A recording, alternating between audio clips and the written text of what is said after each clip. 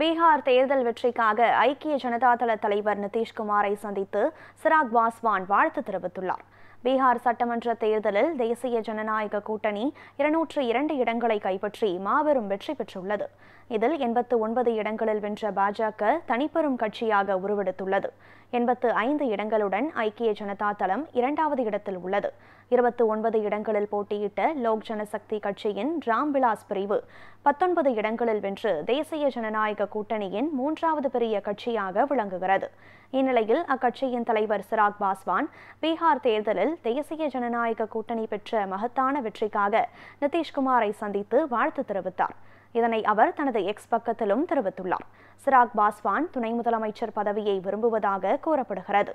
இந்நிலையில் நிதிஷ்குமாரை சிராக் பாஸ்வான் சந்தித்து வாழ்த்து தெரிவித்திருப்பது குறிப்பிடத்தக்கது.